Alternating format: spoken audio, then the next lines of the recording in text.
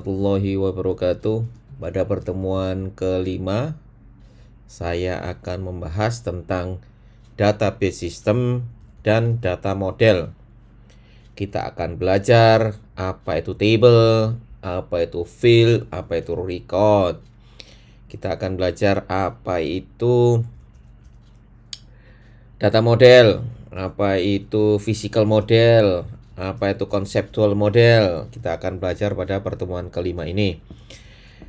Baik, untuk materi yang akan kita bahas, ya, ada 6 pokok materi yang akan kita bahas. Kita akan bahas tentang model dan modeling, ya. Yang kedua, apa sih ya model itu, data model, bagaimana membuat data model. Ya, kemudian yang ketiga, apa sih itu business rules? Apa aturan bisnis itu dan bagaimana ya impact-nya kepada desain database. Ya, ini kita akan juga bahas dalam materi kelima ini. Kemudian yang keempat, ya bagaimana ya data model ini terlibat ya dalam pengembangan sistem di perusahaan. How the major data models evolve ya. Kemudian data model alternatif ya. Yang kelima.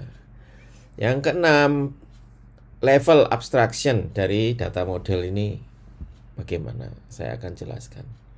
Baik, untuk yang pertama, untuk bersingkat waktu, saya akan membahas tentang apa sih data model itu?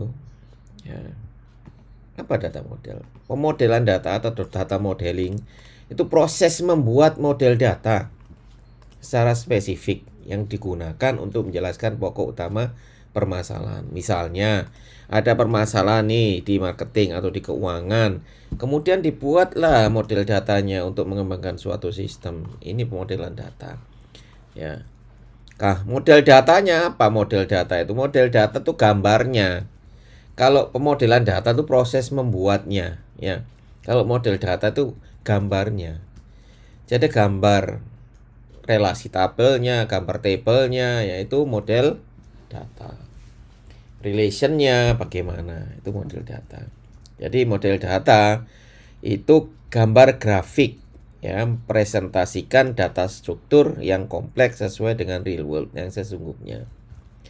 Model data digunakan pada tahapan desain siklus hidup database. Jadi pada saat tahapan desain model data dibuat.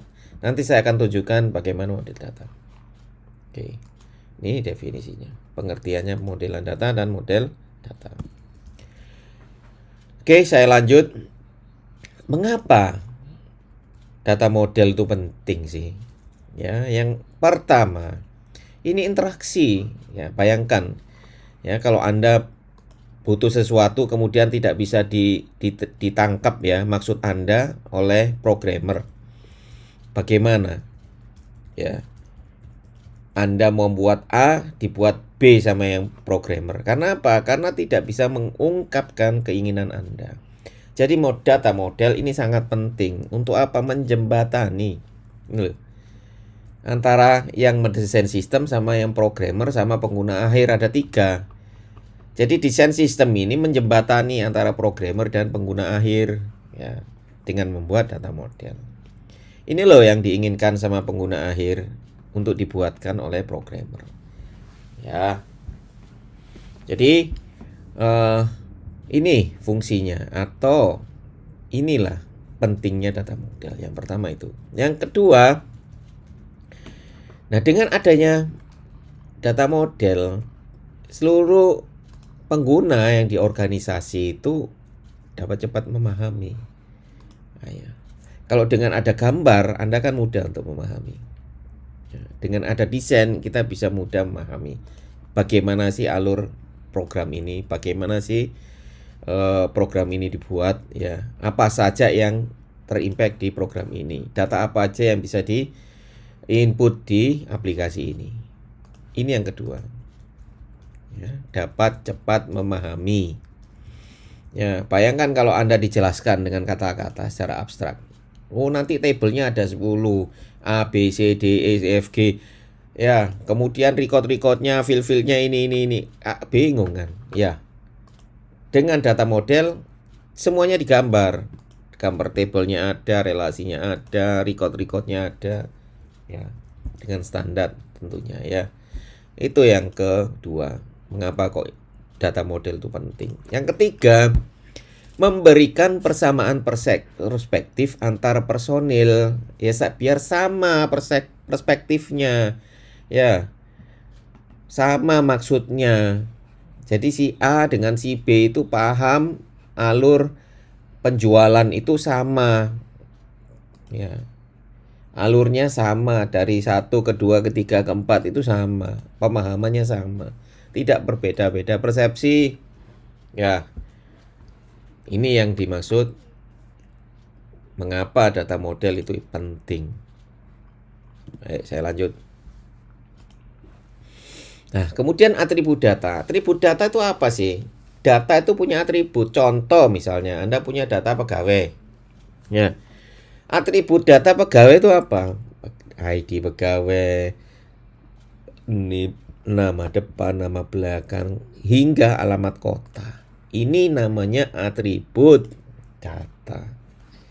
Paham ya? Atribut data. Jadi kalau Anda punya data mahasiswa, jadi atributnya mahasiswa itu nama, NPM ya, semester, asal sekolah, program studi, itu atributnya data mahasiswa. Oke, jelas. Saya lanjut. Sekarang data modeling. Data model seperti apa sih? Inilah data model. Ya. Dijelaskan dalam bentuk tabel. Ya, ini yang kolom ini namanya. Ini namanya field ini. Ini field ini ya. Ini tipe data ya. 0 ini 0, maksudnya data itu 0 ya. Defaultnya apa? 0 itu 0. Jadi boleh kosong defaultnya. Ya. Ini 0 maksudnya itu. Ya, PK itu primary key, kunci. Ini ID pegawai, nanti saya akan jelaskan. Inilah field-fieldnya, dinamakan field. Ya.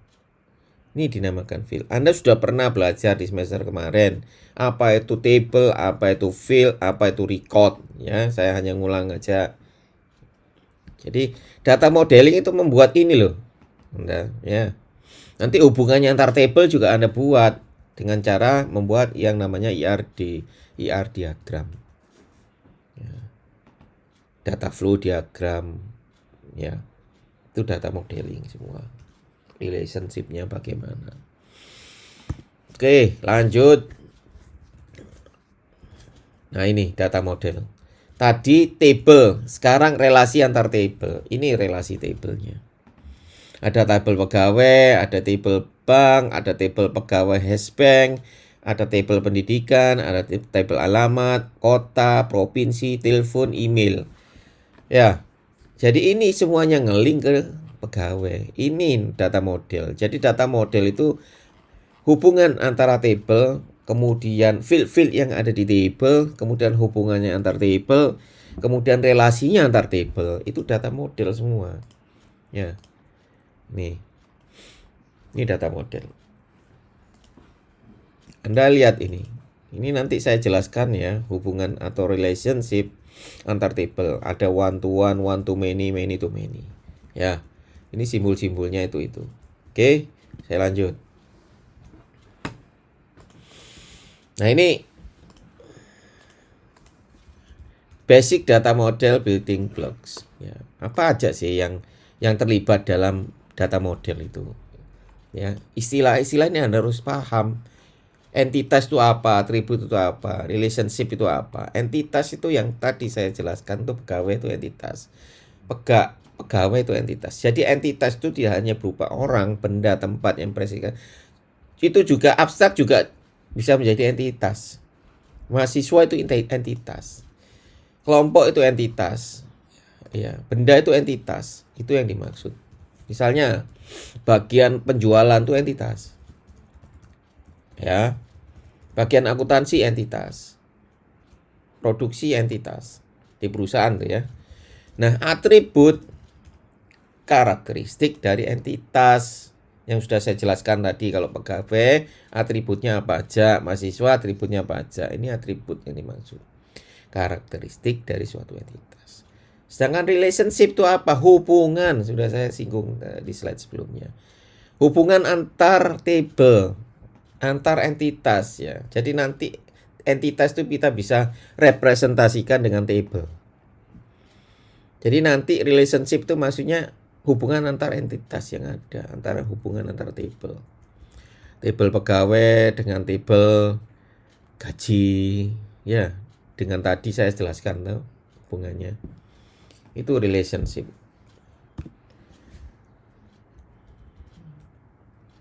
Nah, sekarang yang ketiga, poin ketiga. Ya. Bagaimana business rule itu berimpact pada desain database.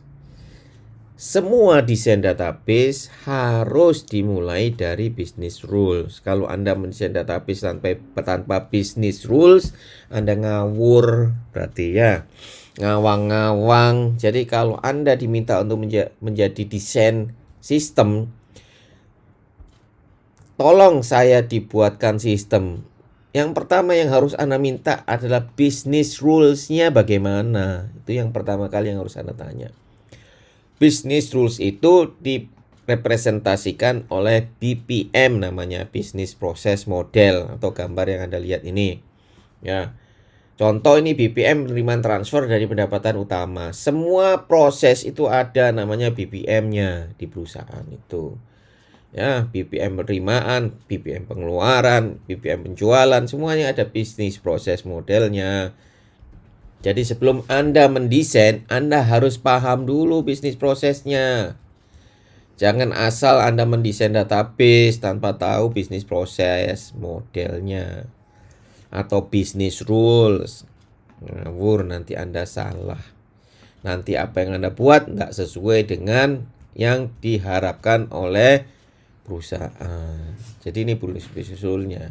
Mulai dari memo, terima memo, jurnal, memo internal untuk penjualan, rekening tagihan kepada tenan, ya penyewa ini. Ini saya kasih contoh. Salah satu proyek saya. Kemudian terima memo ya, kemudian ini disiapkan dan lengkapi TP. TP itu tanda penerimaan, didistribusikan TP dan dokumen pendukungnya. Ya. Setelah itu apa? Dirilis. Ya. Ya. Ya, kan? Perlu dirilis, serahkan. Lakukan rekonsiliasi koran bank harian dan bulanan. Ya. Rilis TP itu apa? Begitu ada tagihan, ini langsung begitu ada setoran, TP-nya langsung diterbitkan. Ya. Selanjutnya jika tidak rilis TP, berarti lanjut proses berikutnya sampai selesai. Ini namanya business rule. Ya, ini database-nya. Ya. Ini aplikasinya nyimpen data ke sini. Ya, ini pemutahiran, berarti ada pemutahiran riwayat tenan. Ya. Tuh. Ini harus Anda pahami dulu sebelum Anda mendesain database. Ya. Setelah Anda menerima BPM, baru Anda mulai melanjutkan dengan mendesain namanya database, table-nya. Data model ini. Anda buat table-tablenya, ya, table investor, tabel TP, tabel detail TP. Ini data model untuk penerimaan kas. Lanjut. Kemudian apa? Table invoice untuk tagihannya, tabel kartu piutang untuk mencatat kartu piutang. Ya, ini penting. Ya, pasti ada kartu piutang untuk mencatat sisa berapa utangnya yang harus dibayar. Ya. Baru lanjut tabel kode akuntansi, ini penting. Kalau Anda membuat sistem akuntansi, tabel kode akuntansi pasti harus dibuat, atau COA, chart of account. Tabelnya sudah, baru relasi antar tabelnya Anda buat. IR diagram, penerimaan dan pengeluaran kas. Nah, lihat ini prosesnya. Ya, ini tabel-tabelnya yang terlibat. Ya, itu relasinya kemana aja. Inilah hubungannya ya antara business rule dan desain database. Desain database itu dilakukan setelah Anda paham business rule. Ya. Setelah Anda business rule paham, baru Anda mendesain ini, mendesain table, mendesain IR diagram. Kemudian selanjutnya Anda mendesain data flow diagram namanya. Ini data flow diagram. Ya, ini data flow penerimaan kas. Mulai dari nomor 11 ini proses 11. Data kontak tenan, loncat ke sini, loncat ke sini, loncat ke sini, loncat ke sini. Ini namanya data flow. Ya, data flow diagram. Ya, ini proses ini. Masing-masing ini proses. Berapa proses? Berarti 1, 2, 3. Ada berapa proses? 4, 5. Jadi ada 6 proses di data flow penerimaan kas. Mulai dari proses pembuatan faktur tagihan sampai proses rekonsiliasi buku besar bulanan. Ini harus dibuat setelah business rule Anda pahami. Ini loh hubungannya. Mengapa business rules itu berimpact pada database design? Ya ini. Ya. Database design tidak akan dibuat kalau Anda tidak paham business rule-nya. Jangan sekali-sekali Anda buat database design kalau Anda tidak paham business rule-nya. Kemudian business rule-nya masih ngambang, gak fix, kacau nanti program Anda. Desain Anda nanti pasti tidak sesuai dengan yang diharapkan. Ya ini ya hubungannya ya.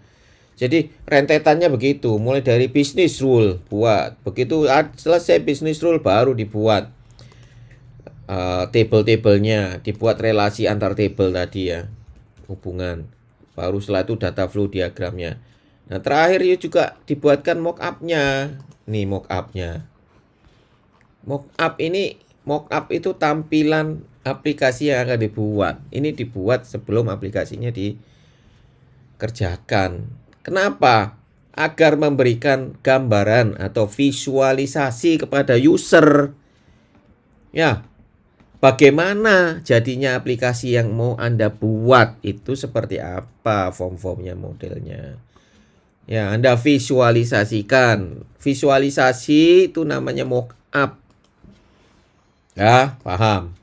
Jadi rentetan mulai dari business rules ya, table, relasi antar table, kemudian data flow diagram. Setelah itu mockup. Itu semua harus dibuat. Nah, mengapa business rules itu sangat berpengaruh terhadap desain database. Itulah. Ya. Nah, selanjutnya. Nah, bagaimana how the major data models evolve? Bagaimana data model terlibat sih dalam desain sistem ini? Ya, bagaimana sih? Ini loh Anda lihat, ya. Ya, ini perkembangannya. Ya. How the major data models evolve, berevolusi. Ya. Mulai dari tahun 1960 hingga 2009. 60 ini dalam bentuk hierarki sama network. 69 baru network. Tahun 70 ya mulai relational muncul. Ya. Mulai ada konseptual. Ya, ada ad hoc query. Ad hoc query itu yang query kadang dipakai atau enggak, itu ad hoc. Ya. Kemudian tahun 76 nah, mulai ada entity. Jadi entity relationship itu sebenarnya sudah ada tahun 76. Enggak baru. Ya, sudah 76 itu sudah ada, sudah diciptakan. Ya. Kemudian semantik. Ya, semantik tahun 78. Semantik data model. Kemudian tahun 85, 90, 90 ada muncul baru DBMS. Ya. Extended Relational. Ya, ini Database Management System. Nah, yang sekarang terakhir namanya NoSQL. Ini teknologi Big Data 2012 bukan 2009. 2009 itu cikal bakalnya. Ya, mulai diterapkan itu tahun 2012 Big Data itu dengan NoSQL. Sudah bukan nggak pakai SQL lagi, makanya NoSQL, bukan SQL sudah yang dipakai. Ya. Nah, itu sudah tingkat tinggi ini SQL-nya. Oke, ini perkembangan. Ya, perkembangan dari keterlibatan dari database ini seperti ini ya di bisnis. Mulai dari 1960. Ya, Anda perlu tahu nih. Ya, biar Anda tahu teknologi sekarang nih apa? Namanya NoSQL. Yang sekarang disebut dengan Big Data. Lanjut.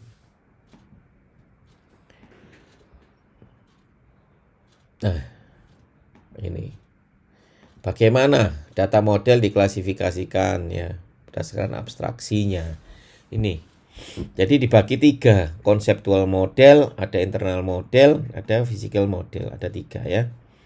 Ada 3 pembagian ya, ada konseptual. Jadi konseptual ini untuk eksternal model dan untuk internal model, end user view. Oke. Nah, kemudian ini logik. Ya, logik. Ini untuk logiknya. Nah, internal model. Setelah itu physical model. Jadi ini model ini punya desain ya. Jadi desain masing-masing. Konseptual itu hanya sebatas konseptual aja. Ya, konseptual aja. Sedangkan physical model itu sudah merepresentasikan data yang sesungguhnya. Ya. Nah, internal model ini desain khusus untuk internal saja. Ya. Nah, ini degree abstractionnya. Degree abstractionnya mulai yang tinggi sampai yang low, ya. Nah, ini relational, object oriented ER ini tinggi, entity resolution. Karakteristiknya hardware independent software ini sudah ada hardware dan softwarenya. Ya, kemudian medium itu relational. Ya. Yang paling bawah network hierarchy ya untuk jaringan. Ya. Nah, ini ya ini ER, entity relational. Jadi relasi antar table ini paling tinggi abstractionnya. Ya. Oke, ini level of abstraction dari data model. Data abstraction model ini ada 4 ya, seperti yang saya jelaskan di gambar itu tadi. Jadi ada external model, conceptual model, internal model, dan physical model. Jadi ini semua model itu desain ya, desain. Jadi penggunaannya berbeda-beda. External model ini untuk pihak eksternal, conceptual model ini biasanya untuk seluruh organisasi, ya. Internal model ini biasanya untuk desainer yang mendesain ya. Nah, untuk physical model ini sudah menggambarkan bagaimana sistem itu disimpan, hardware, softwarenya digunakan. Ini physical model. Jadi ada 4 model ini. Jadi 4 model ini maksudnya model desain ya, data model ya. Jadi ya gambar begitu. Ya, jangan dipersepsikan yang berbeda. Jadi eksternal model itu khusus desain yang diperuntukkan untuk pihak eksternal. Konseptual model diperuntukkan bagi seluruh organisasi. Internal model khusus bagi perancang atau desainer sistem ya.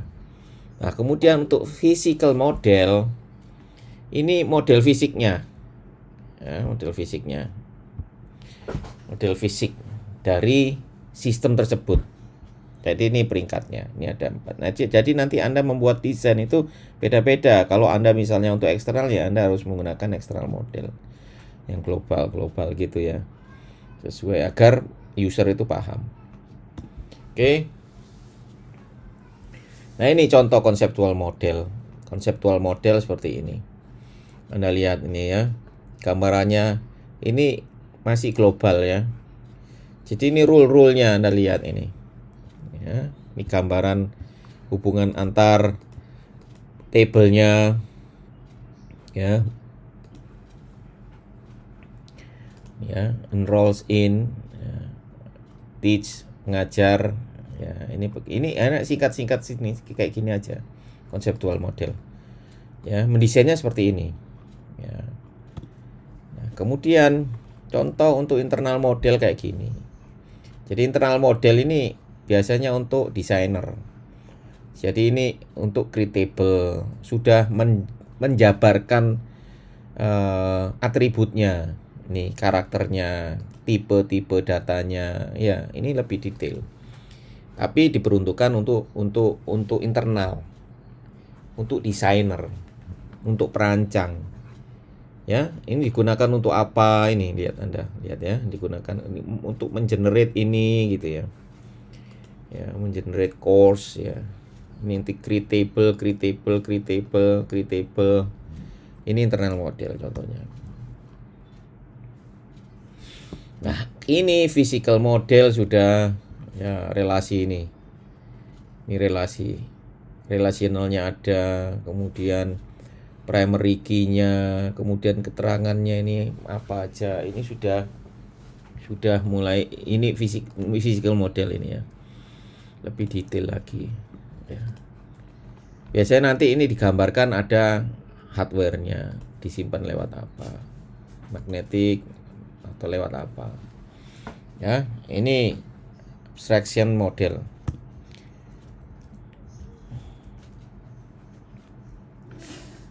Nah, ini Anda gambaran tadi, ini semakin ke bawah physical tuh semakin low degree abstraction-nya. Ya. Fokusnya lebih ke end user kalau eksternal. Kalau yang bawah lebih ke storage and access method. Internal lebih ke spesifik database model. Konseptual lebih global view data, lebih global. Jadi untuk organisasi itu tadi. Ya. Yang ditampilkan juga hardware software. Kalau yang ini hanya hardware saja. Ya. Tuh. Oke. Ini gambarannya. Baik. Jika ada pertanyaan silakan WA, email, telepon lewat saya. Saya akhiri. Assalamualaikum warahmatullahi wabarakatuh.